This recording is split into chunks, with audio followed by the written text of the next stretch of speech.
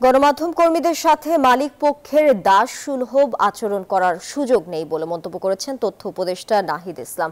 সোমবার প্রেস ক্লাবে সংবাদ মাধ্যমের সংস্কার শীর্ষক মুক্ত আলোচনায় তিনি একথা বলেন। জুলাই বিপ্লবে গণমাধ্যমের ভূমিকা নিবিড়ভাবে পর্যালোচনা করা উচিত বলে মন্তব্য করেন তথ্য উপদেষ্টা।